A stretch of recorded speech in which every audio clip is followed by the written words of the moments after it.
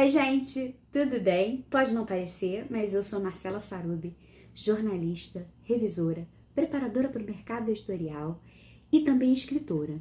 Esse ano eu lancei meu primeiro livro pela editora Urutau, Contos de Amor, Desamor, Drama e Tragédia, no Rio de Janeiro, e eu também sou especialista em literatura brasileira pela UERJ. Hoje eu tô assim, meio drama queen, vou aproveitar que eu vou ver o show de um amigo, mas para falar de drama, a gente vai falar de dramaturgia, a gente vai falar de teatro. E tudo no teatro é muito. A maquiagem tem que ser muita para o público ver, a voz tem que ser impostada. E o teatro, ele é o espaço do surreal. Eu acho que até mais do que a poesia, o teatro ele é o espaço onde tudo pode acontecer no palco. E acontece que muitas dramaturgias viram livros. E o preparador ou o revisor que vai pegar esses livros para entrar no processo de publicação do livro tem que estar atento a algumas questões, algumas peculiaridades que existem nesse texto de dramaturgia. A começar, a primeira coisa que tem diferente dos outros textos é a rúbrica. A rúbrica é aquela orientação que o autor, que o roteirista dá para quem vai montar a peça. Então, por exemplo, uma pessoa vai entrar no palco um novo personagem, se dirige a um outro personagem, faz um gesto de corpo, isso é a rúbrica.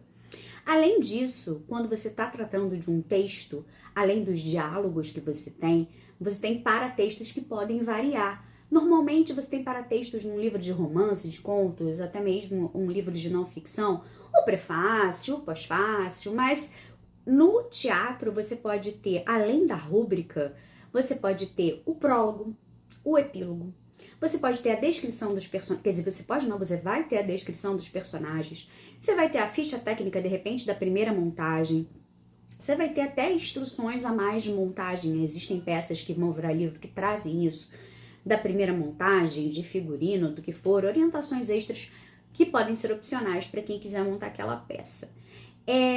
Então, acho muito interessante a gente sempre pensar nesses paratextos extras que existem dentro de um texto que vai virar livro, né? Uma dramaturgia que vai virar livro. Uma coisa que eu acho muito bacana, que as pessoas sempre têm dúvida, é que as rúbricas, elas são aquelas palavrinhas, aquelas frases que vêm em itálico, sabe? Vêm de ladinho, porém elas vêm entre parênteses. E esses parênteses, eles não levam itálico, eles são redondos, eles são normal. Isso muita gente erra.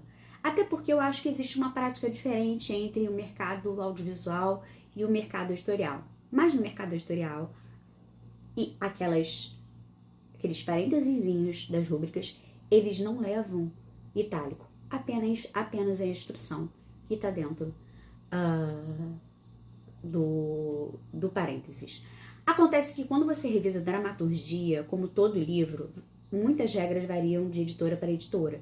Então você tem que ficar atento a isso também, porque algumas editoras seguem algumas práticas, outras. Então você tem que saber que tipo de regra a editora segue, além das normas convencionais que a gente já pratica no mercado editorial. Outra coisa que a gente tem que pensar quando a gente revisa dramaturgia, como eu disse anteriormente, é que a gente está no espaço do absurdo. Então é muito diferente. Ali a gente tem que ter um pouco mais de cuidado com o que a gente vai interferir no texto, porque realmente ali cabe o absurdo, ele é o mais absurdo ainda do que às vezes muitos romances surreais, de ficção. Então o preparador revisor, ele tem que estar preparado para entender esse universo que tá ali, né, porque o palco é um lugar que não tem limites. Então eu achei muito interessante falar para vocês a respeito dessas peculiaridades. A gente tem normalmente esses, como eu disse, paratextos diferentes que podem haver num texto de dramaturgia que vai virar livro. Então você tem, além das rúbricas, que se eu não me engano em português de Portugal eles falam didascália, você pode ter prólogo, você pode ter epílogo, você pode ter você vai ter a descrição dos personagens, a ficha técnica, outros 1000 elementos além do prefácio e do pós-fácio que você vai encontrar mais comumente em obras de romance, de contos e até mesmo de não ficção. E é aí que eu amo revisar dramaturgia Eu já era leitora de dramaturgia, como especialista em Nelson Rodrigues, mas eu vou falar que eu aprendi a escrever dramaturgia, revisando e preparando dramaturgia. Então eu trouxe alguns dos meus livros aqui para mostrar para vocês que são dramaturgias que viraram livros. Então a gente tem Chico Buarque, Ópera do Malandro. A gente tem aqui um clássico, Medea. A gente tem A Gota d'Água, que também é Chico Buarque. Esse livro, se eu não me engano, eu acho que eu li no ensino médio. Esse aqui também, esse aqui eu acho que eu li já no ginásio, mas esse aqui no ensino médio. E aí tem um livro muito bacana que se chama Shakespearianas, que é da Nara Vidal, que ela fala sobre as personagens mulheres do teatro de Shakespeare. E aí eu vou deixar 2 dicas de peças que eu sou apaixonada, que eu gosto muito. A primeira é do Shakespeare, que é Titus Antônios, que na verdade não é uma peça tão conhecida, mas parece que é uma peça, uma das primeiras que ele escreveu, parece que é de 1591.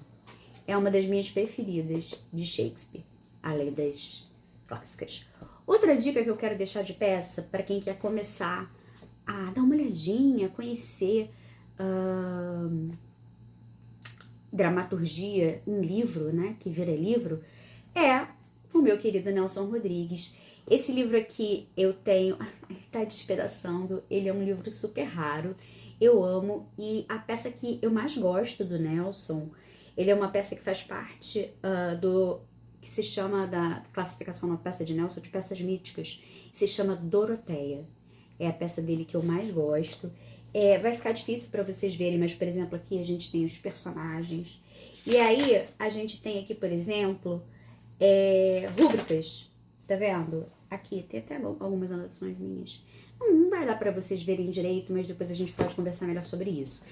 Uma dica de ouro para você que quer revisar dramaturgia, sempre que você tiver uma dúvida, você pode recorrer e não sabe como é que você vai conduzir ali algum detalhe, algum paratexto que exista, alguma situação inusitada, porque quando você trabalha com livro, você se depara com muitas coisas inusitadas que não tem solução às vezes.